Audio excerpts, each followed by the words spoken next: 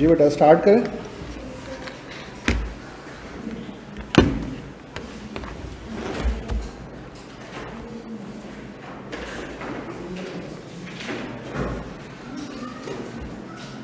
अच्छा, last class में हमने डिस्कस किया था मल्टीपल बार चार्ट और हम अभी तक वन डायमेंशनल डायग्राम्स के ऊपर थे।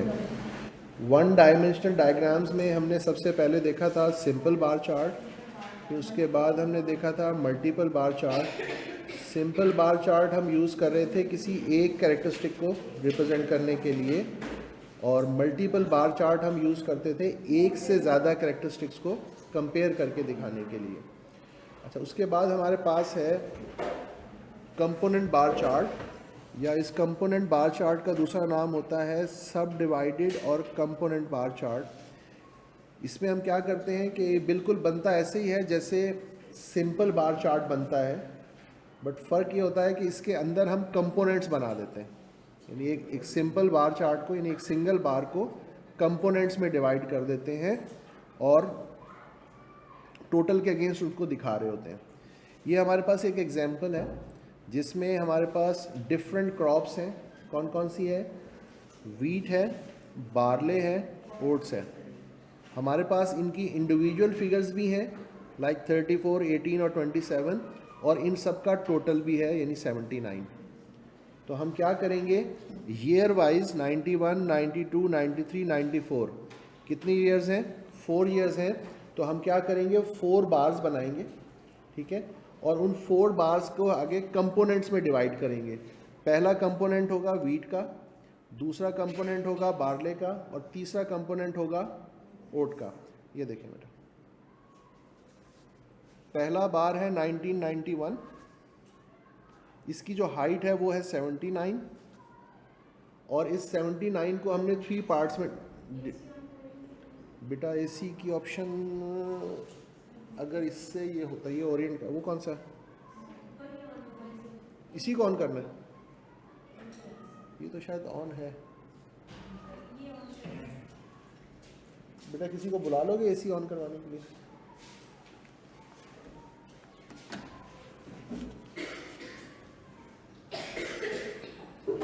अच्छा, इसमें जो 1991 का बार है इसकी हाइट कितनी है? 79, यानी इस टोटल के अगेंस्ट, ये देखें। और इस 79 को हमने 3 पार्ट्स में डिवाइड किया है, 34, 18 और 27। तो हमने क्या किया, यहाँ से स्टार्ट से लेकर पहली वैल्यू है हमारे पास 34, ये देखें, ये 34 तक हमारे पास वीट आ रहा है, 34 से 18 यूनिट्स तक बार्ले जा रहा है आगे, और फिर उसके बाद रिमेनिंग हमारे पास क्या है, ओट्स, 27 का आउट हो गया। अच्छा, अब इसको हमने डिफ्रेंशिएट कैसे करना है, पहचानेंगे कैसे कि कौन सा पोर्शन वीट का है, कौन सा बार्ले का है, कौन सा ओट का है। तो उसके लिए हम की बना देते हैं। थोड़ी देर बेटा वेट कर, कोई आता है तो फिर चला। फैन से तो बेटा शोर होगा, फैन में चलाओ बेटा, बस थोड़ी देर। हाँ,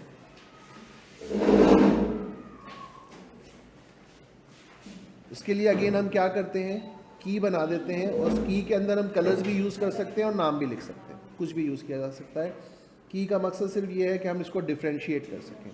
तो इस तरीके से हम जो है कंपोनेंट बार चार्ट जो है बना लेते हैं। कंपोनेंट बार चार्ट देखने में बिल्कुल ऐसा ही लगता है जैसे सिंपल बार चार्ट है। डिफरेंस ये है कि सिंपल बार चार्ट में एक ही आपको कैरेक्टरिस्टिक नज़र आ रही होगी, यहाँ पर डिफरेंट कैरेक्टरिस्टिक्स उसके कंपोनेंट्स की फॉर्म में नज़र आ रही होगी, टोटल के कंपोनेंट, टोटल के पार्ट की फॉर्म में नज़र आ रही होगी। ठीक हो गया बेटा? इसके बाद जो नेक्स्ट हमारे पास चार्ट है उसको हम कहते हैं पाई चार्ट। पाई चार्ट क्यों कहते हैं? क्योंकि इसकी शक्ल पाई जैसी होती है, सर्कुलर 360 डिग्री में। तो यहाँ पर जब हम डाटा को प्रेजेंट कर रहे होते हैं तो एंगल हमें कैलकुलेट करना पड़ता है, और एंगल के लिए हमारे पास क्या फॉर्मूला है, part divided by total multiplied by 360 degree. तो यहाँ पर एग्ज़ाम में आपके पास एंगल की कैलकुलेशन आ सकती है, तो इस फॉर्मूले को अपने पास नोट कर लें। पाई चार्ट के केस में आपको इस एंगल की ज़रूरत पड़ने वाली है।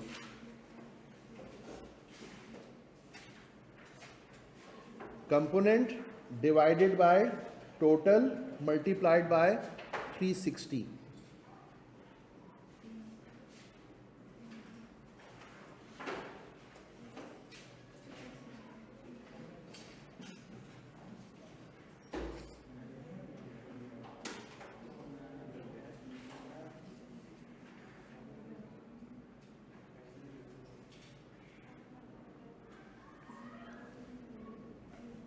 इसके लिए हम क्या काम करते हैं बेटा, देखें 2-3 चीज़ें हैं जिसका हमें ख्याल रखना है।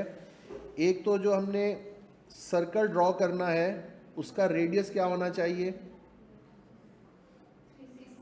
नहीं बेटा, उसका रेडियस क्या होना चाहिए, टोटल का स्क्वायर रूट, यानी जो हमारे पास टोटल नंबर्स होंगे ना अलग अलग, उनका टोटल करके उस टोटल का स्क्वायर रूट कर लेंगे। यहाँ पे देखें टोटल कितना है 1500, तो 1500 का स्क्वायर रूट लेके उतने सेंटीमीटर का हम क्या करेंगे, टोटल कैसे करते हैं?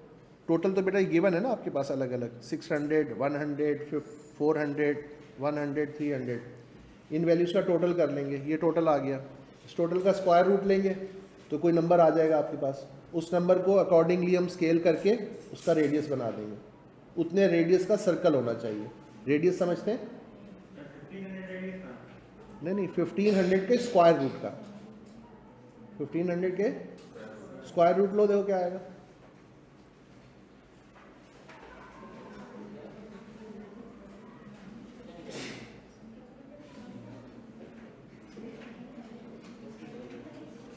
$38.72 38.72 सेंटीमीटर है ना, लेकिन खैर इसको हम स्केल के ऊपर अपने हिसाब से चला सकते हैं, उसका कोई इशू नहीं है।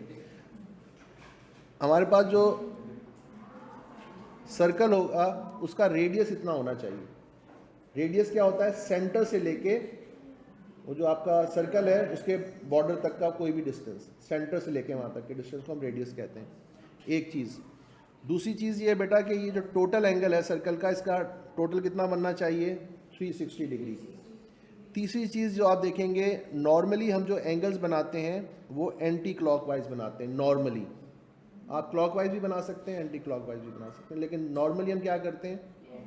तो ये जो इन्फॉर्मेशन आपके पास है ये आप अपने पास नोट डाउन करेंगे एमसीक्यूज़ के लिए, यानी वो आपसे पूछ सकता है कि जो सर्कल आप बनाएंगे उसका रेडियस कितना होना चाहिए, स्क्वायर रूट ऑफ टोटल। जो एंगल आप बनाते हैं वो यूजुअली किस साइड पे जाते हैं, एंटी क्लॉकवाइज। एंगल्स का टोटल कितना होता है, 360 डिग्री। ठीक है, एंगल कैलकुलेट कैसे होंगे, part divided by total multiplied by 360। यहाँ पे 1500 आया, हर जगह पे नहीं आएगा, वो तो डिपेंड, किसकी जगह, पार्ट की जगह मैं आपके सामने, ये देखें, ये आपके सामने डाटा है बेटा। डाटा क्या है, the following table gives the details of monthly budget of a family. वो फैमिली क्या कर रही है, फूड पे कितने पैसे खर्च कर रही है, 600 rupees per month let's say. Clothing पे कितने खर्च कर रही है, 100 रुपीज़। हाउस रेंट पर कितने खर्च रही है, फ्यूल एंड रेंट पर, मिसलीनियस यानी और जो ऊपर नीचे खर्चे होते हैं 300। तो उसके पास जो पूरा बजट है वो कितना है, 1500 रुपीज़ का। इन सब का टोटल करो ना बेटा। तो इस तरह कोई भी जब आपके सामने क्वेश्चन आएगा तो उसकी डिटेल्स आपके सामने होंगी, उन डिटेल्स का टोटल भी हो सकता है आपको गिवन हो, गिवन नहीं होगा तो हम कर लेंगे टोटल। और ये पार्ट है। अब अगर कोई आपसे कहे कि बेटा फूड को जब हम आप प्रेजेंट कर रहे होंगे तो उसका एंगल कैसे बनेगा, तो फूड की वैल्यू यानी 600 divided by total 1500 multiplied by 360 degree करें, जरा कैलकुलेट करके देखें क्या आंसर आता है। 144 आ रहा है आपके पास आंसर। इसी तरह क्लॉथिंग के लिए 100 divided by 1500 multiplied by 360। House rent के लिए 400 divided by 1500 multiplied by 360। Again 100 divided by 1500 multiplied by 360।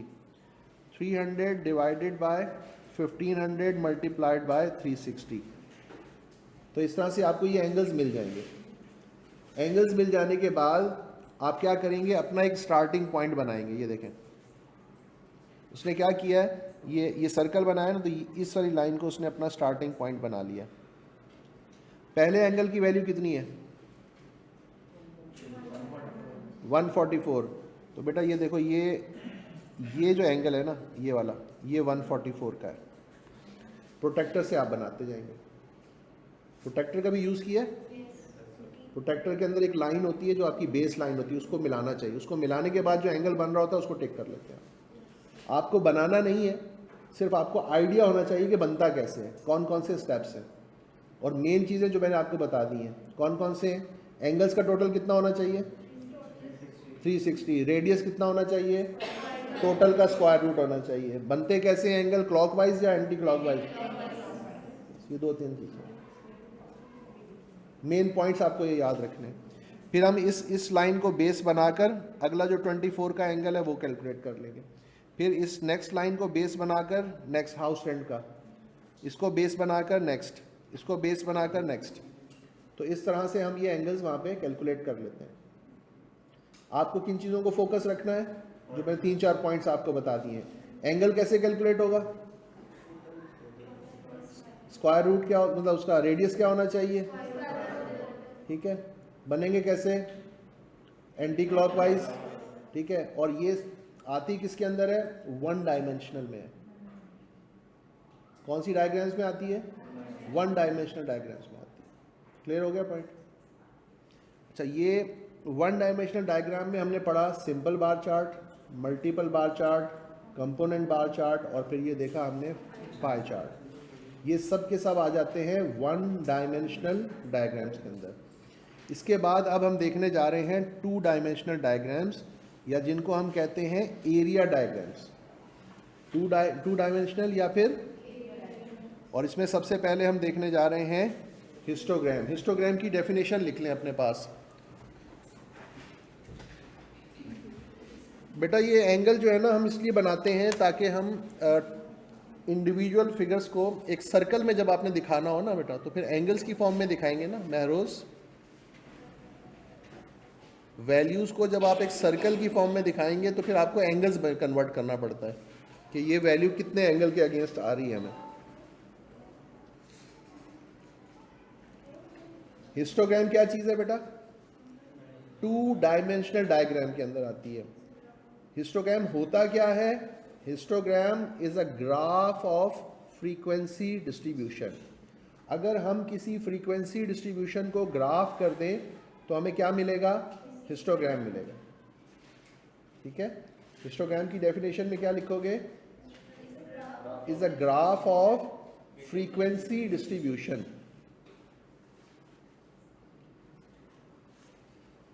क्योंकि ये 2 डायमेंशनल डायग्राम्स हैं इसलिए हम इसको लिखते हैं ये एरिया डायग्राम है।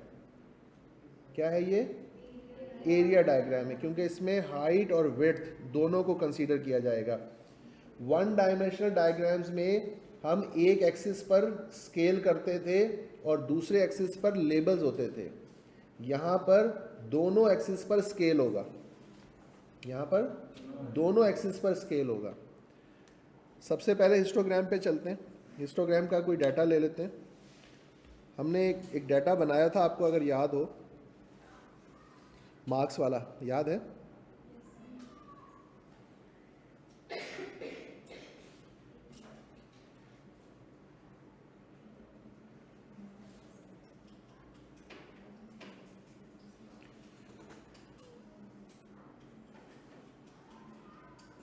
कहाँ से स्टार्ट थे बेटा ये?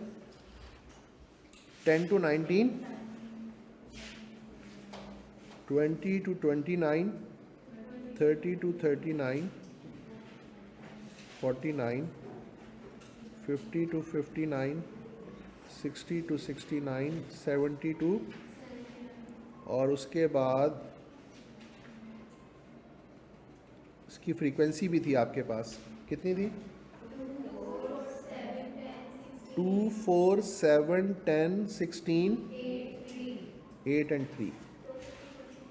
टोटल फ्रीक्वेंसी 50 थी। अच्छा, अब यहाँ पर एक बात याद रखना बेटा, जब भी हम हिस्टोग्राम बनाने जा रहे होते हैं, हिस्टोग्राम हमेशा 2 तरह से बन सकते हैं। एक वो है जिसमें हमारे पास size of class interval same होता है, यानी एक केस ऐसा हो सकता है कि हमारे पास size of class interval, size of class interval याद है? Upper class boundary minus lower class boundary.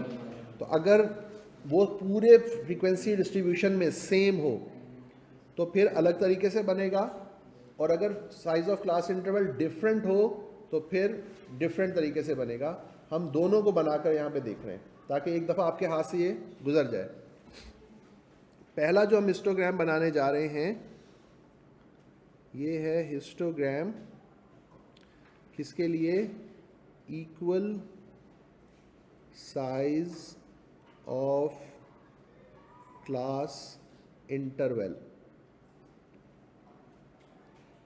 Equal size of class interval के लिए बनाने जा रहे हैं।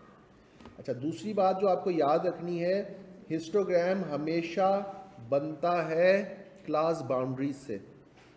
हिस्टोग्राम बनाने के लिए हमें क्लास लिमिट से नहीं, क्लास बाउंड्री से हमें दो चीज़ों की ज़रूरत पड़ती है। Number 1 class boundaries, number 2 frequency.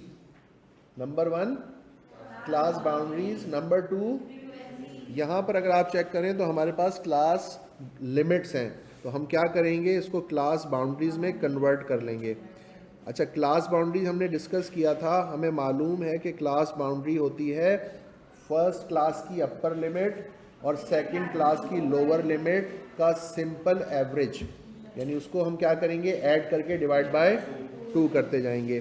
तो ये बनेगा बेटा 19.5, यहाँ रिपीट करेंगे, 29.5 यहाँ रिपीट करेंगे, 39.5 यहाँ रिपीट हो जाएगा, 49.5 रिपीट हो जाएगा,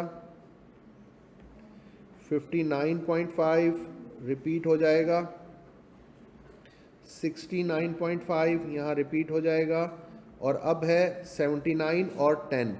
79 के बाद अगर कोई क्लास होती तो कौन सी होती, तो फिर 79 और 80 का एवरेज, और अगर 10 से पहले कोई क्लास होती तो कौन सी होती,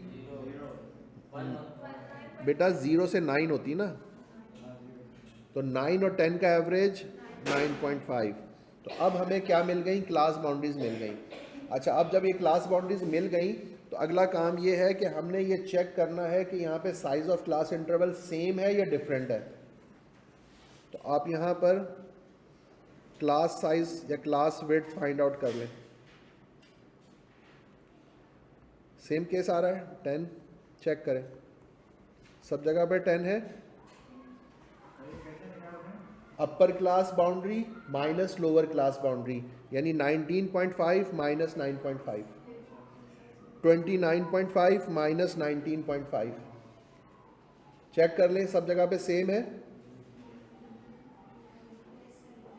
ठीक हो गया। तो क्योंकि size of class interval same आ रहा है, तो अब हम क्या करेंगे, अब हमारा काम बड़ा सिंपल है। हम एक एक्सिस पर ले लेंगे क्लास बाउंड्री को, दूसरे एक्सिस पर ले लेंगे फ्रीक्वेंसी को, और उसके अकॉर्डिंगली हम इसको स्केल कर लेंगे। ये देखो बेटा, ये हमारे पास आ गया एक्स एक्सिस, और ये हमारे पास आ गया वाई एक्सिस। ठीक है, क्लास कहाँ से शुरू हो रही है, ये देखें, ये शुरू हो रही है 9.5 से और कहाँ तक जा रही है, 79.5 तक। मैं क्या करूँगा, अपने ग्राफ को 9.5, 19.5, 29.5, 39.5, 49.5, 59.5, 69.5 और 79.5। एक्स एक्सिस पर मैंने क्या ले लिया, क्लास बाउंड्रीज ले ली। ये क्लास बाउंड्री कौन से वेरिएबल की हैं, ये मार्क्स थे। ठीक है, मैंने 10 यूनिट्स का गैप रख के चला लिया अपना काम। अच्छा, अब वाई एक्सिस पे जब आऊँगा तो मैंने फ्रीक्वेंसी के अकॉर्डिंगली वाई एक्सिस को स्केल करना है। फ्रीक्वेंसी के कॉलम में आए तो मेरे पास मैक्सिमम फ्रीक्वेंसी कितनी है, तो मतलब ये मैक्सिमम वैल्यू है, तो इसके अकॉर्डिंगली मैं वाई एक्सिस को स्केल करूँगा। तो अगर तो मैं 2 के गैप से चला जाऊँ, 2, 4, 6, 8, 10, 12, 14 और 16, तो इस तरह से मेरा काम चल जाएगा। ओके जी, ये मैंने स्केल कर लिया। यहाँ पे मैंने क्या लिखा है, फ्रीक्वेंसी, यहाँ मैंने क्या लिखी थी, क्लास बाउंड्री। पहली क्लास की विड्थ चेक करें, कहाँ से शुरू हो रही है, 9.5 से कहाँ तक जा रही है, और उसकी फ्रीक्वेंसी क्या है। मैं एक यहाँ पे रेक्टेंगल बनाऊंगा जिसकी विड्थ होगी, जो स्टार्ट कहाँ से होगा, 9.5 से 19.5 तक, और जिसकी हाइट कितनी होनी चाहिए, 2 होनी चाहिए। ये देखो बेटा, ये मेरा पहला रेक्टेंगल बन गया, ठीक है। दूसरा जो रेक्टेंगल है कहाँ से शुरू हो रहा है, 19.5 से कहाँ तक जा रहा है, 29.5 तक, और इसकी हाइट कितनी होनी चाहिए, 4। ये देखो बेटा, 19.5 से 29.5 और इसकी विड्थ ये आ गई, ठीक है जी, बिल्कुल ओवरलैप कर रहा है। फिर है आपके पास 29.5 टू 39.5 और इसकी हाइट कितनी है, 7। आ जाए जी, यहाँ बना लेते हैं, ये होना चाहिए यहाँ तक, ये देखें बेटा, क्लियर है। उसके बाद 39.5 से 49.5 हाइट कितनी है, 10। ये देखो बेटा,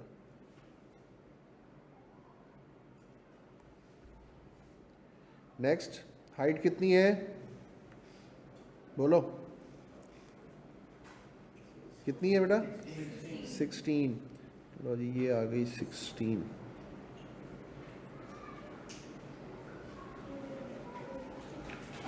नेक्स्ट क्या है बेटा, 8।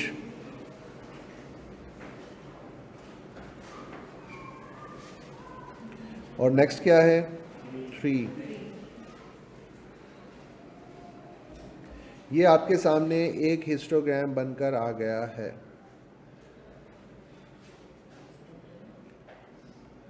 और ये हिस्टोग्राम नहीं समझ में आया, किसी को कोई प्रॉब्लम बेटा, कोई चीज़ समझ तो नहीं आ गई, हाँ बोलो। ये आपके सामने क्या आ गया है, हिस्टोग्राम। ये क्या चीज़ है, ग्राफ ऑफ फ्रीक्वेंसी डिस्ट्रीब्यूशन। इसके लिए हमें कौन कौन से काम करने होते हैं, सबसे पहले क्लास बाउंड्रीज चाहिए, दूसरी चीज़ क्या चाहिए, फ्रीक्वेंसी। क्लास बाउंड्री के अंदर सबसे पहले हम क्या चेक करेंगे कि आपका size of class interval same है या डिफरेंट है। सेम है तो अलग तरीका है, डिफरेंट है तो यहाँ पर सेम था, ठीक है। उसके बाद हमने क्लास बाउंड्रीज को किस एक्सिस पे लिया, एक्स एक्सिस पर। फ्रीक्वेंसी को कौन से एक्सिस पर ले लिया, अकॉर्डिंगली स्केल कर लेंगे, दोनों एक्सिस पर मैंने स्केल किया है, ठीक है। उसके बाद मैंने क्या बनाया, बार्स बनाए हैं। बार्स किस तरह से बने हैं, विड्थ कहाँ पे आ रही है, विड्थ कहाँ पर है, क्लास बाउंड्री के ऊपर, और हाइट कहाँ है, फ्रीक्वेंसी के ऊपर। विड्थ और फ्रीक्वेंसी, विड्थ और फ्रीक्वेंसी। अब विड्थ आप देखें सब जगह पे सेम चल रही है और हाइट डिफरेंट है, तो ये क्या बन के आ गया हमारे सामने, हिस्टोग्राम बन के आ गया।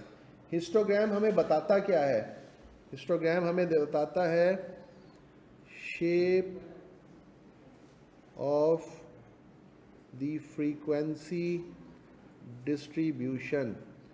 हिस्टोग्राम से हमें क्या मिलता है, शेप ऑफ द, ये बेटा नोट करने वाला पॉइंट है, क्या मिलता है इससे हमें, शेप ऑफ द डिस्ट्रीब्यूशन। और वो शेप ऑफ द डिस्ट्रीब्यूशन कैसे पता चलती है, उसके लिए हम सबसे पहले बनाते हैं फ्रीक्वेंसी पॉलीगॉन।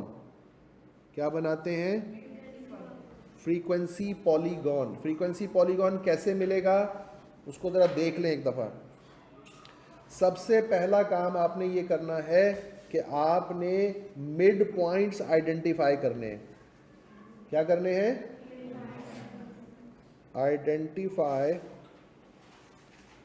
Mid points.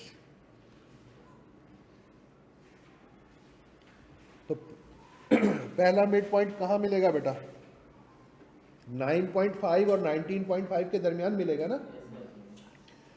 उस मिड पॉइंट को मैंने मार्क कहाँ पे करना है, रेक्टेंगल की टॉप साइड पर।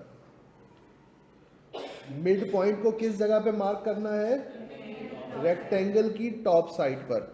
दूसरे रेक्टेंगल का मिड पॉइंट, तीसरे रेक्टेंगल का मिड पॉइंट, चौथे का, पांचवें का, छठे का और लास्ट का। ये मैंने क्या किए हैं, मिड पॉइंट्स को आइडेंटिफाई किया है और कहाँ पे लिखा है, टॉप साइड पर। उसके बाद मैं इन मिड पॉइंट्स को स्ट्रेट लाइन से ज्वाइन कर दूंगा। किससे? स्ट्रेट लाइन से इनको ज्वाइन कर दूंगा। तो जब मैं स्ट्रेट लाइन से इनको ज्वाइन कर दूंगा तो जो डायग्राम मेरे पास आएगी उसको हम कहेंगे फ्रीक्वेंसी पॉलीगॉन। क्या कहेंगे? Frequency polygon. इसके बाद हमारे पास एक और चीज़ होती है जिसको हम कहते हैं फ्रीक्वेंसी कर्व। क्या कहते हैं? फ्रीक्वेंसी कर्व हमें मिलता है फ्रीक्वेंसी पॉलीगॉन को फ्री हैंड से स्मूथ करना। फ्री हैंड से मैंने इन पॉइंट्स को स्ट्रेट लाइन से ज्वाइन किया है। अगर इन पॉइंट्स को हम फ्री हैंड से ज्वाइन करेंगे तो वो कहलाएगा फ्रीक्वेंसी कर्व। कैसे होता है? मैं बताने लगा हूँ, ये देखो इसके ऊपर बना के दिखा रहा हूँ आपको। ये देखो बेटा, अब मैं इन पॉइंट्स को, यही पॉइंट्स, मिड पॉइंट्स को जो पहले हमने स्ट्रेट लाइन से मिलाए थे, अब मैं कैसे मिलाऊंगा? फ्री हैंड से। ये देखो इस तरह से। तो इस तरह करने से ये जो शार्प एजेस होते हैं ये ख़त्म हो जाते हैं। तो अब ये जो ब्लू कलर से मैंने बनाया है इसको हम कहते हैं फ्रीक्वेंसी कर्व। फ्रीक्वेंसी पॉलीगॉन और फ्रीक्वेंसी कर्व में क्या डिफरेंस है? फ्रीक्वेंसी पॉलीगॉन मिलता है बाय ज्वाइनिंग स्ट्रेट लाइंस, और फ्रीक्वेंसी कर्व हमें कैसे मिलता है? By drawing free hand. उसी चीज़ को फ्री हैंड से आप स्मूथ कर दें तो क्या बन जाता है? Frequency curve. Frequency curve, frequency polygon या हिस्टोग्राम, इससे मिलता क्या है? Shape of the distribution. क्या मिलता है? Shape of the distribution. हम शेप में इतने इंटरेस्टेड क्यों हैं? क्योंकि आगे जाकर हम एक बहुत बड़ा टॉपिक है जो सिर्फ शेप के ऊपर पढ़ने वाले हैं, जिसको हम कहते हैं नॉर्मल डिस्ट्रीब्यूशन। क्या कहते हैं? जितने एबनॉर्मल लोग हैं वो सारे नॉर्मल चीज़ें पढ़ेंगे।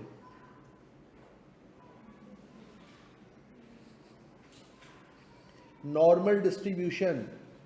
अच्छा, ये हमने जो बनाया है ये क्या था? Frequency curve. इससे क्या मिला?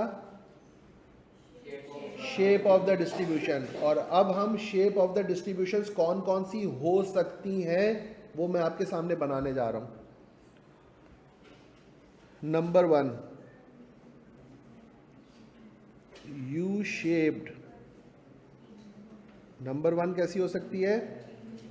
यू शेप में हमारे पास कुछ इस टाइप की शेप बनेगी। नंबर 2, बेल शेप्ड और सिमेट्रिकल। बेल शेप या सिमेट्रिकल। बेल शेप या सिमेट्रिकल जो है ना बेटा, वो कुछ यूं बनती है।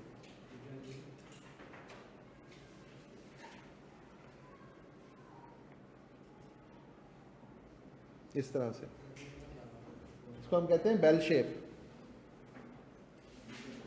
You shape, bell shaped. तीसरी टाइप जो हमारे पास बन सकती है वो बनती है यूनिफॉर्म। यूनिफॉर्म बस यूं समझ लें कि हमारे पास कुछ इस किस्म की डिस्ट्रीब्यूशन होती है।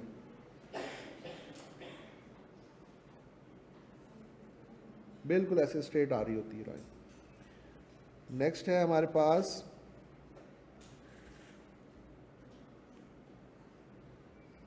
Positively skewed. Positively skewed. Positively skewed distribution कुछ यूं बनती है बेटा।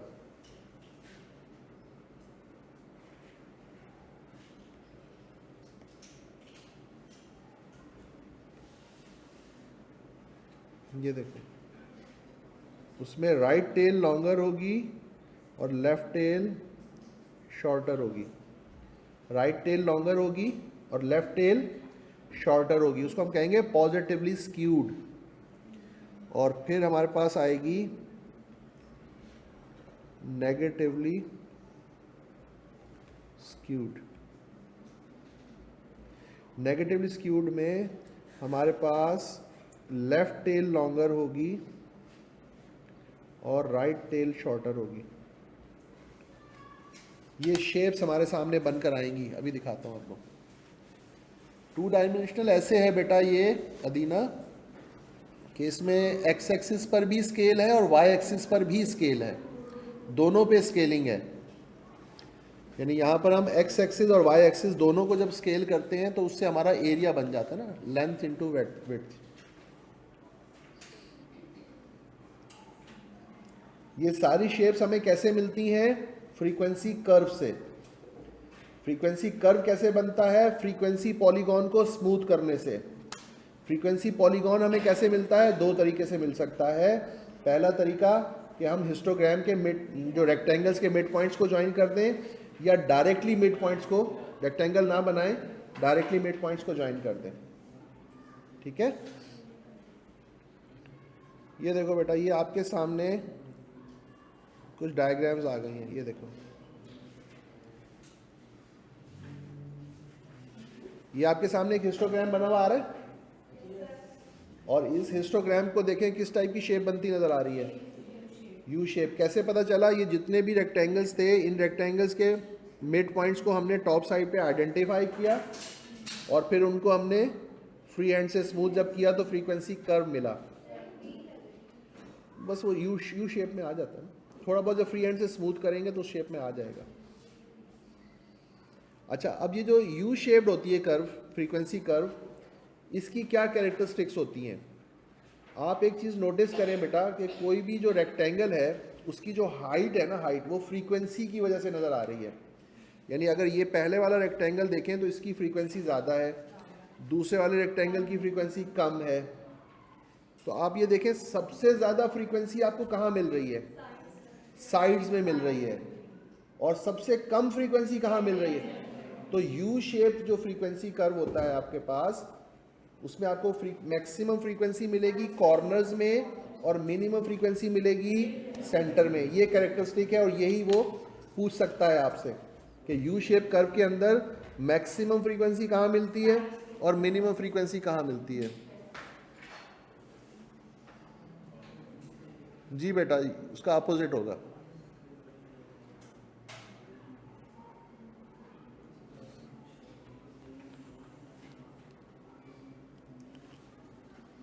अच्छा, यू शेप का बिल्कुल अपोजिट हमें क्या मिलता है? बेल शेप या सिमेट्रिकल। ये देखें बेटा, उसके बाद जो दूसरी शेप हमारे सामने आ रही है ये बेल शेप है, या फिर इसको हम कहते हैं ये सिमेट्रिकल है। ठीक है, और ये सबसे इंपॉर्टेंट जो है ना शेप है हमारे पास। इस एक शेप के ऊपर ये जो बेल शेप आ रही है, इसी को हम कहते हैं नॉर्मल डिस्ट्रीब्यूशन। इस एक शेप के ऊपर पूरा एक चैप्टर है, और उस चैप्टर की बेस के ऊपर आगे 4 चैप्टर है। इसका क्या पूछेगा? इसमें आपके पास जो बेल शेप है, इसमें मैक्सिमम फ्रीक्वेंसी कहाँ मिल रही है आपको? सेंटर में। और मिनिमम कहाँ मिल रही है? कॉर्नर्स में। और सिमेट्रिकल डिस्ट्रीब्यूशन में जो आप एक चीज़ नोटिस करेंगे कि जो फ्रीक्वेंसी है दोनों साइड्स पर इक्वली डिस्ट्रीब्यूट हो रही है। ये देखें, जो आपको यहाँ पर मिल रहा है हाइट, वो यहाँ मिल रहा है, उसके बाद जो यहाँ मिल रही है वो यहाँ मिल रही है, बिल्कुल इवनली दोनों साइड्स पर जा रही है। तो इसको हम कहते हैं ये बेल शेप्ड है, सिमेट्रिकल है। मैक्सिमम फ्रीक्वेंसी सेंटर में। और नोट्स की हार्ड कॉपी कब मिलेगी? बेटा ये हार्ड कॉपी कैसे मिलती होती है वैसे आप लोगों को? मुझे नहीं पता। अच्छा, मैं दे दूँगा। ठीक है सर, मैं दे दूँगा आपको। सॉरी बेटा, ठीक हो, मैं वहाँ वैसे मैंने ग्रुप पे तो शेयर की हुई है, मैं उनको कह दूंगा उसकी प्रिंट निकलवा के रख लेंगे, वो आप लोगों को दे दें। डन हो गई, डन हो गई, डन। ठीक है, मिल जाएगी आपको, मिल जाएगी, मसला नहीं है, वो मैं कह दूंगा आपको मिल जाएगी। सही है, फिलहाल आप इस पर फोकस रखिए। बेल शेप समझ में आ गई बेटा? यू शेप, उसके बाद और नेक्स्ट है हमारे पास यूनिफॉर्म। यूनिफॉर्म में आपको क्या नजर आएगा? सब एक जैसी नजर आ रही जी। अभी आएंगे बेटा, थोड़ा सांस लो, एमसीक्यूज भी आएंगे आपके सामने। सब कुछ आएगा। सर यूनिफॉर्म पे लिखे रहते हैं बिल्कुल ऐसे ही है। नेक्स्ट अगर आप देखें तो अब आपको कौन सी शेप नज़र आ रही है? Positively skewed. तो यहाँ पर आप देखें कि आपको इस तरह से चीज़ें जाती हुई नज़र आ रही हैं। ये देखें, ये आपको रेक्टेंगल्स मिले, रेक्टेंगल्स को आपने इस तरह से ज्वाइन किया तो आप देखें राइट टेल लॉन्गर है, लेफ्ट टेल शॉर्टर है, ठीक है। तो फिर कौन सी शेप बन रही है? Positively skewed. पॉजिटिवली स्क्यूड कौन सी होती है? जिसमें राइट टेल लॉन्गर होती है, लेफ्ट टेल शॉर्टर होती है। क्लियर? और उसके बाद नेक्स्ट देखें आपको नेगेटिवली स्क्यूड। नेगेटिवली स्क्यूड में क्या होगा कि आपको लेफ्ट टेल लॉन्गर मिलेगी और राइट टेल शॉर्टर मिलेगी।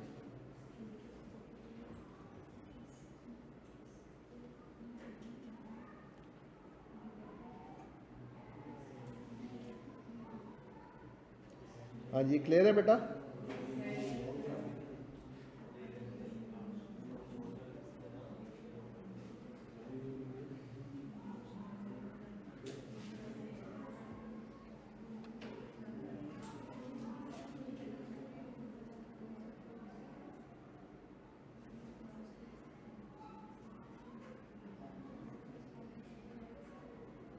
क्लास कब तक है हमारी?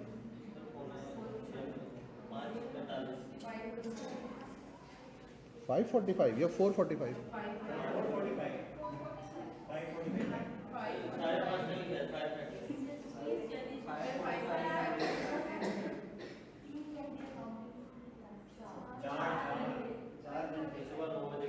10 बजे से 2 बजे तक। बेटा मुझे तुम्हारे दर्द का पूरा अंदाज़ा है, मुझे सिर्फ टाइम सही बता दो।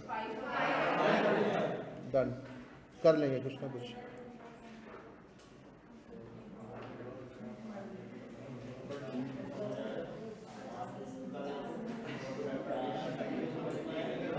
बेटा एक मिनट प्लीज़।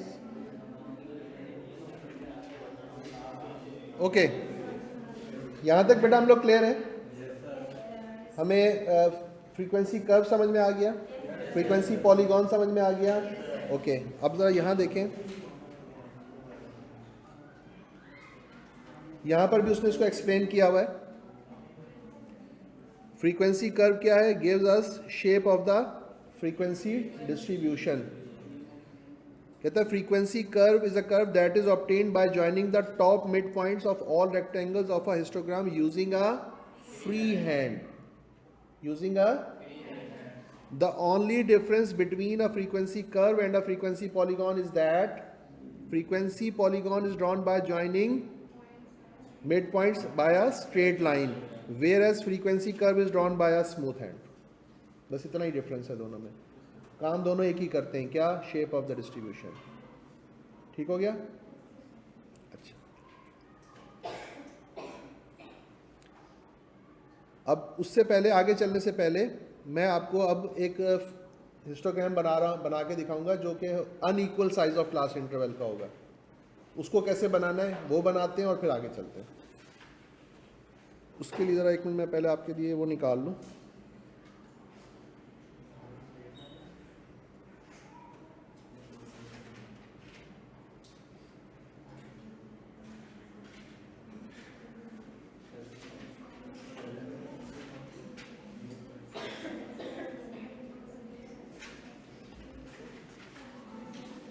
ये बेटा आपका स्टडी टेक्स्ट आ गया। स्टडी टेक्स्ट में चैप्टर नंबर 7 में जब आप आएंगे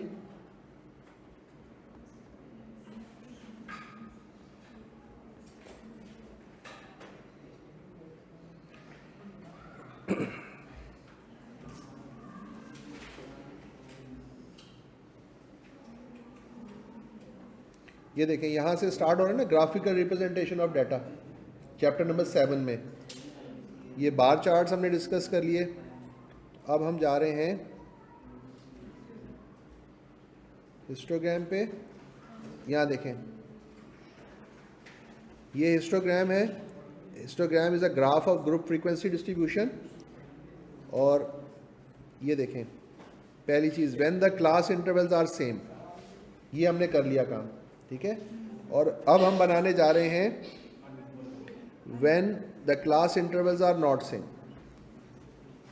जब ये सेम ना हो तो क्या करना है, ये डाटा जल्दी से नोट कर लें। ये दो चीज़ें जल्दी से नोट कर लें, मुझे इसकी ज़रूरत पड़ने वाली है। मैं आपसे पूछूंगा फिर मुझे आपने बताना है, जल्दी से नोट करें।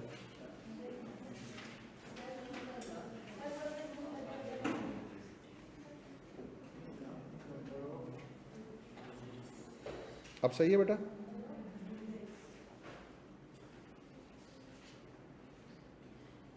Fifty to 100, 100 to 200, 2 to 3, 3 to 5, 500 and over।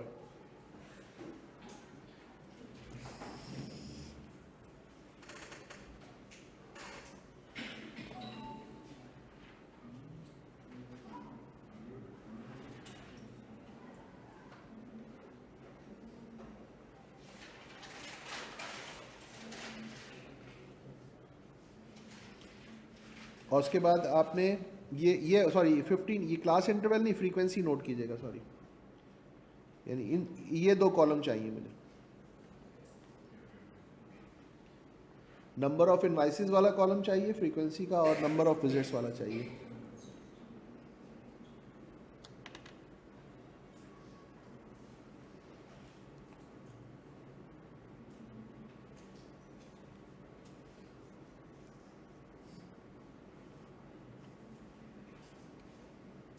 Note कर लिया बेटा?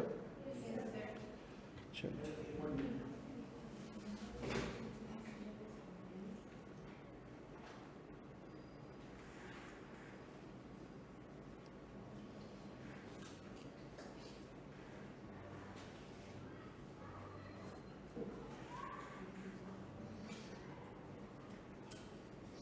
कैमरे पे खुद को देखने के बाद मेरा बड़ा शिद्दत से दिल चाह रहा है कि मैं बाल लगवा लूं। वैसे देखने में लगता है कि कुछ बाल हैं, लेकिन कैमरे में देखो तो बिल्कुल प्लेन जगह नजर आती है। ये अब मैं सोच रहा हूँ कि लगवा ही लूँ। चले, खैर नोट कर लिया बेटा? चलें आगे। अच्छा, अब यहाँ पर सिचुएशन ये है कि size of class interval same नहीं है। मैं ज़रा इसको यहाँ पे आप लोगों के लिए डाटा बना दूँ ये, ठीक है? कहाँ से कहाँ तक था बेटा? स्टार्ट कहाँ से था? 50 to 100,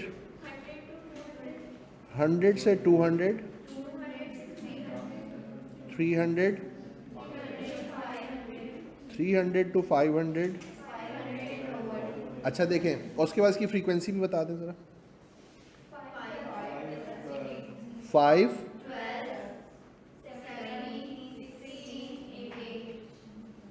देखें सबसे पहली चीज़ तो आप इस पर नोटिस करें, ये एक ओपन एंडेड क्लासेस है कि नहीं?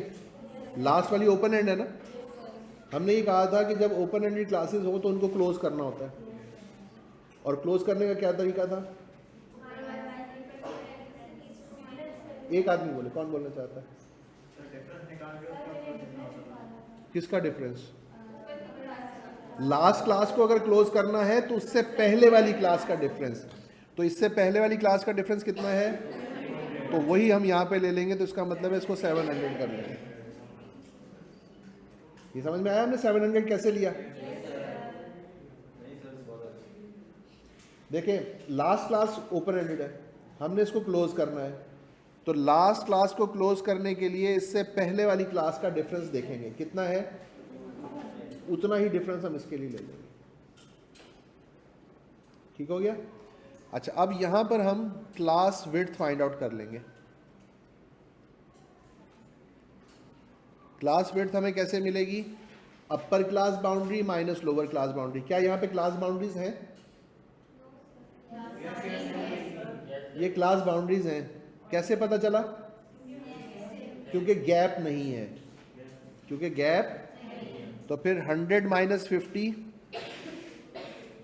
200 माइनस 100, 300 माइनस 200, 500 माइनस 300, और फिर ये भी 200। तो अब आप यहाँ पर चेक करें, ये यहाँ पर क्लास इंटरवल जो है, साइज ऑफ क्लास इंटरवल वो सेम नहीं है, अलग अलग है। तो जब अलग अलग है तो हम उस तरह से हिस्टोग्राम नहीं बना सकते जैसे पहले बनाया था। क्योंकि ये एरिया डायग्राम है। क्या कौन सा डायग्राम है? तो अगर विड्थ ज़्यादा होगी तो हमें हाइट को एडजस्ट करना पड़ेगा, वरना एरिया ज़्यादा शो होगा। ठीक है, तो हाइट को कैसे एडजस्ट करेंगे?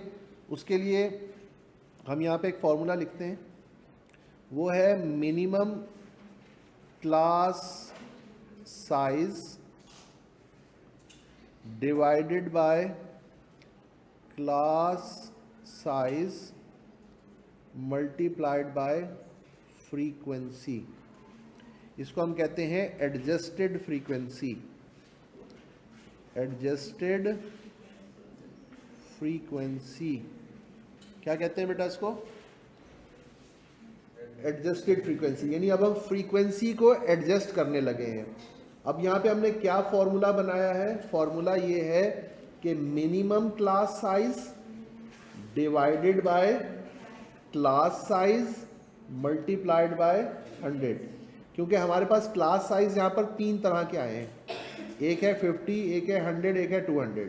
ये हर क्वेश्चन में डिफरेंट हो सकते हैं फ्रीक्वेंसी से।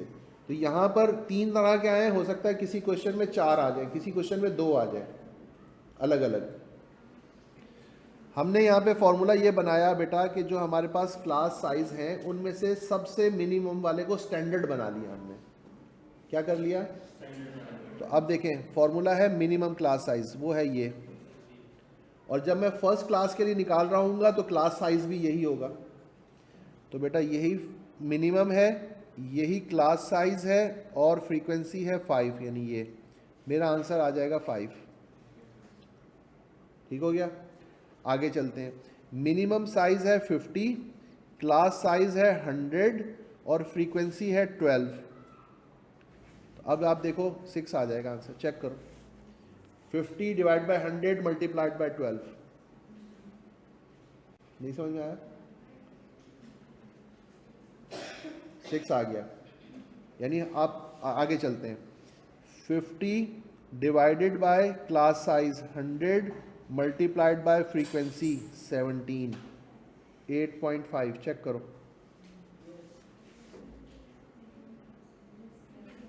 चेक करो।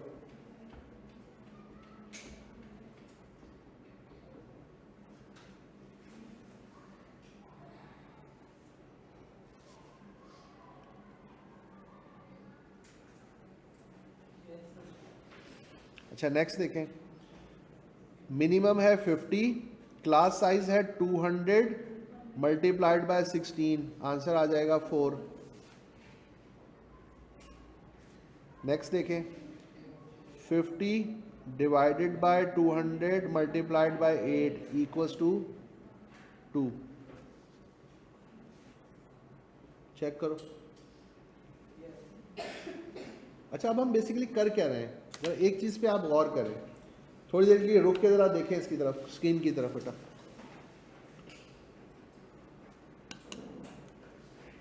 स्क्रीन की तरफ बेटा देखें, हो क्या रहा है कि विड्थ जब बढ़ रही है तो हम हाइट को एडजस्ट कर रहे हैं।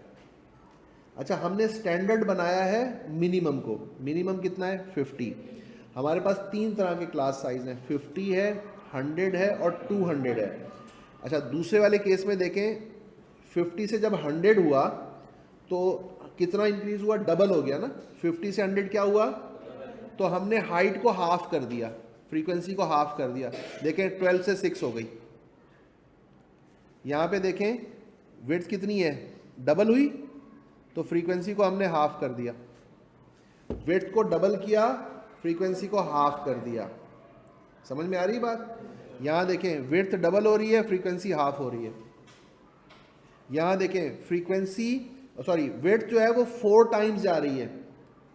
विड्थ 50 जो है वो 200 जो है वो 50 का कितने टाइम्स है? 4 टाइम्स। तो हमने हाइट को 4 टाइम्स रिड्यूस कर दिया।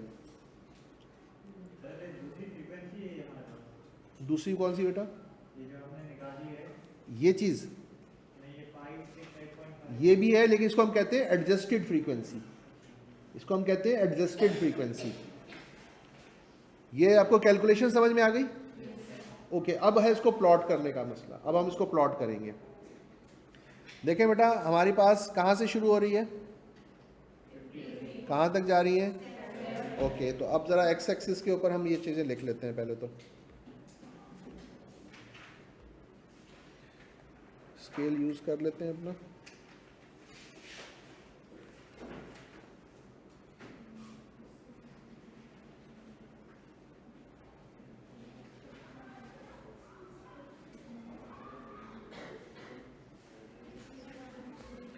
ओके, 50 से 700 तक, ऐसा ही है।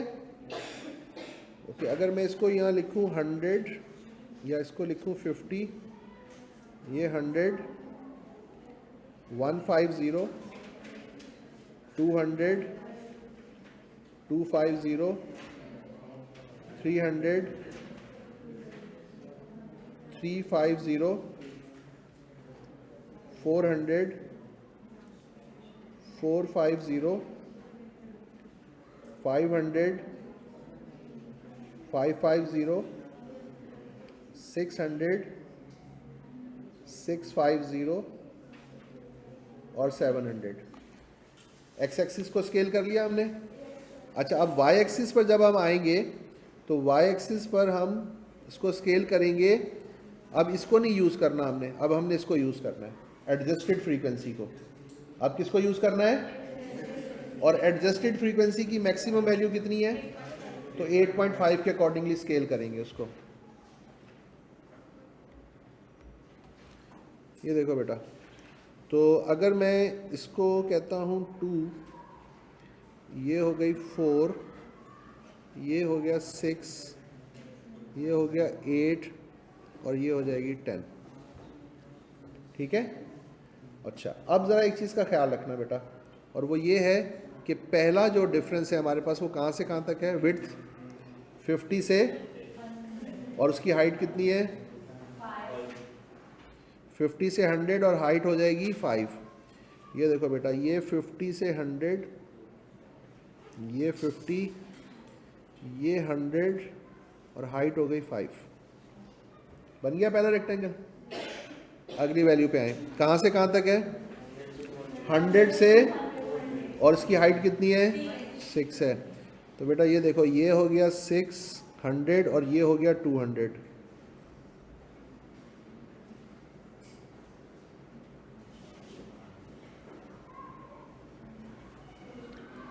ठीक है। नेक्स्ट देखो बेटा, 200 से, और हाइट कितनी है? 8.5। तो ये 200 से 300, ये 8, ये 8.5 और ये 300।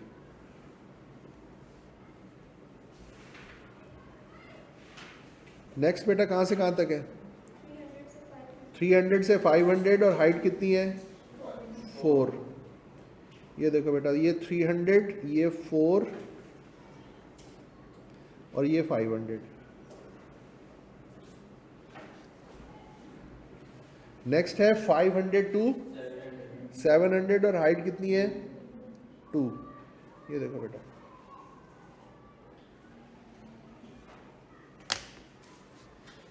तो अब आप एक चीज़ नोटिस करें कि यहाँ पर जो रेक्टेंगल्स हैं उनकी विड्थ सेम नहीं है, उनकी विड्थ डिफरेंट आ रही है। जब विड्थ डिफरेंट है तो हमने हाइट को अकॉर्डिंगली एडजस्ट किया ताकि टोटल एरिया जो है वो सेम शो हो, एरिया ज़्यादा शो नहीं होना चाहिए। तो हिस्टोग्राम बनाने के 2 तरीके हैं। पहला, जब size of class interval same हो, उसमें कोई इशू नहीं है, कोई वर्किंग नहीं करनी पड़ती, एज इट इज़ प्लॉट कर दें। लेकिन जब size of class interval same ना हो तो क्या करेंगे? फिर हम एडजस्टेड फ्रीक्वेंसी यूज़ करेंगे, फ्रीक्वेंसी को एडजस्ट करेंगे। ठीक है। उसका फॉर्मूला हमने क्या पढ़ा? Minimum class size divided by class size multiplied by 100, मैंने 100 मल्टीप्लाइड बाय फ्रीक्वेंसी। तो उसकी जो फ्रीक्वेंसी है वो एडजस्ट हो जाएगी। अच्छा, ये जो मिनिमम क्लास साइज है ना, इसकी जगह आप कोई भी क्लास साइज ले सकते हैं, किसी को भी आप स्टैंडर्ड बना सकते हैं मर्जी से। आप चाहें तो दरमियान वाली फिगर रख लें, चाहें तो सबसे बड़ी वाली रख लें, तो फ्रीक्वेंसी उसके अकॉर्डिंगली एडजस्ट हो जाएगी, उसमें कोई मसला नहीं है,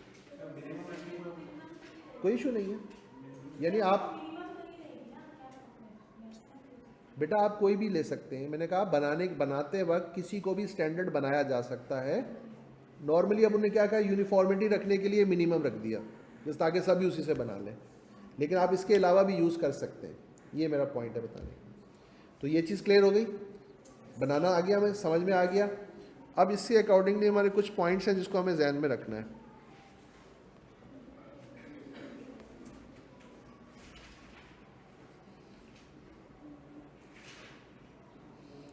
सबसे पहले तो यहाँ पर आप देखें, आपको की डिफरेंसेस नज़र आ रहे हैं between histogram and bar graph. की डिफरेंस क्या है, हिस्टोग्राम और बार ग्राफ के दरमियान आपको क्या क्या डिफरेंसेस हैं जो यहाँ पे नज़र आ रहे हैं। सबसे पहली चीज़ ये है, histogram refers to a graphical representation that displays data by way of bars to show the frequency of a numerical data. Histogram numerical data के लिए होता है normally. A bar graph is a pictorial representation of the data uses bars to compare different categories of data, जबकि वहां पर आपको categories मिलती हैं। एक मिनट मैं इसको चार्जिंग पे लगा दूं, एंड हो रहा है।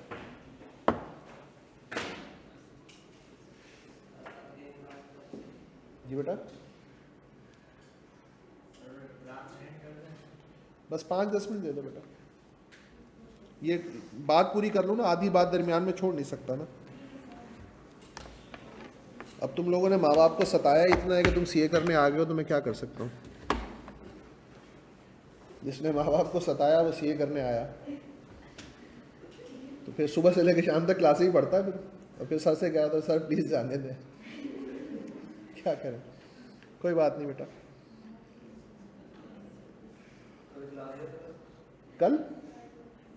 कल मेरे साथ तो शायद ना हो, बाकी का पता नहीं मुझे। बेटा अब तो आपके संडे मंडे सब ऐसे ही चलेंगे, ज़िंदगी का कोई पता नहीं है, क्लासें पढ़ते पढ़ते गुजर जाओगे। थोड़ा सा फोकस बेटा, फोकस। हिस्टोग्राम जो है ना बेटा, सेकंड पॉइंट अगर आप देखें, हिस्टोग्राम जो है ना वो है frequency distribution of continuous variable, जबकि बार ग्राफ क्या है, diagrammatic comparison of discrete variable. ये शुरू में भी आपको याद होगा, जब डिस्क्रीट और कंटिन्यूस पढ़ रहे थे हम लोग, तो वहाँ पर भी हमने ये पॉइंट निकाला था कि बार ग्राफ हम बनाते हैं डिस्क्रीट वेरिएबल के लिए आइसोलेटेड पॉइंट्स, अगर आपको याद हो, और हिस्टोग्राम हम बनाते थे कंटिन्यूस वेरिएबल के लिए, यानी कनेक्टेड पॉइंट्स के साथ। हिस्टोग्राम कौन सा डाटा दिखाता है, जबकि बार ग्राफ क्या दिखाता है, कैटेगोरिकल डाटा। हिस्टोग्राम के अंदर आपको गैप नहीं मिलता, हिस्टोग्राम में gap. On the other hand there is a proper spacing between bars in bar graph that indicates, bar graph में आपको गैप मिलता है जबकि यहाँ पे गैप नहीं होता। अच्छा, उसके बाद items of the histograms are numbers which are categorized together to represent range of data, as opposed to the bar graph items are considered as individual entities। ये देखो बेटा, इस बात को यूं समझो, ये देखो, ये आपके सामने हिस्टोग्राम भी आ रहा है और आपके सामने बार ग्राफ भी आ रहा है। हिस्टोग्राम के अंदर ना रेंज होती है 60 से 65, 65 से 70, 75 से 70 से 75, 75 से 80। यहाँ पर स्केल भी चल रहा है, तो जब स्केल चल रहा है तो बेसिकली एक रेंज है, यहाँ से यहाँ तक, यहाँ से यहाँ तक। जबकि इसके कंपैरिजन में यहाँ पर आपको क्या नज़र आ रहा है, यहाँ पर आपको लेबल्स नज़र आ रहे हैं। यहाँ पर क्या नज़र आ रहा है, लेबल्स नज़र आ रहे हैं, वहाँ पर रेंज नज़र आ रही है। अच्छा, next, in case of bar graph it is quite common to rearrange the blocks. आप बार चार्ट के केस में बार्स को रीअरेंज कर सकते हैं, एक को पहले लिख लें दूसरे को बाद में लिख लें, कोई फ़र्क नहीं पड़ता। लेकिन हिस्टोग्राम के केस में आप ये काम नहीं कर सकते। मैं ये नहीं कर सकता कि मैं 70 से 75 को पहले लिख लूँ और 60 से 70 को बाद में लिख लूँ, ऐसा नहीं कर सकता, क्योंकि रेंज चल रही है ना, रेंज के अंदर सीक्वेंस का ख्याल रखना पड़ता है। तो बार चार्ट के अंदर पॉइंट हम उनको अरेंज कर सकते हैं, हिस्टोग्राम में अरेंज। उसके बाद the width of rectangular blocks in histogram may और may not be the same. अभी देखा ना हमने, पहला हिस्टोग्राम बनाया सबकी विड्थ सेम थी, दूसरा हिस्टोग्राम बनाया विड्थ डिफरेंट थी। While the width of the bar graphs in a bar graph is always the bar graph में आप सेम रखेंगे, हिस्टोग्राम में चेंज हो सकती है। ये पॉइंट्स क्लियर है आप सब लोगों को? चलो बस दे देते हैं छुट्टी, फिर अगला नया टॉपिक जो है वो बाद में स्टार्ट करेंगे। अपना बहुत ख्याल रखना बेटा। ये PDF शेयर किया हुआ बेटा। बहरहाल फिर भी मैं आपको इसकी हार्ड कॉपी के लिए आज उनको बोल देता हूँ, आपको दे देंगे,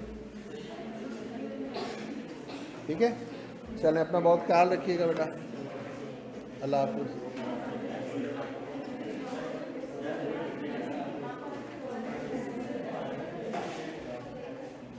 महरोज बेटा, इसमें हमने फॉर्मूला किसकी बात कर रहे हो? हिस्टोग्राम की बात कर रहे थे आप?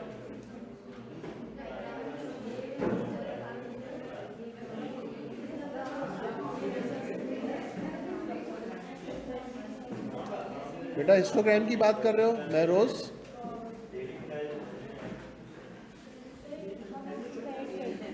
ग्रुप में ऐड कर दिया। आपको ऐड नहीं हुए हुए? नहीं सर। अच्छा मैं कहता हूँ, मैं अभी आज का दिन तो छोड़ दो क्योंकि वो चली गई है बच्ची। अच्छा। मंडे वाले दिन इंशाल्लाह मैं करवा दूँ, ठीक है?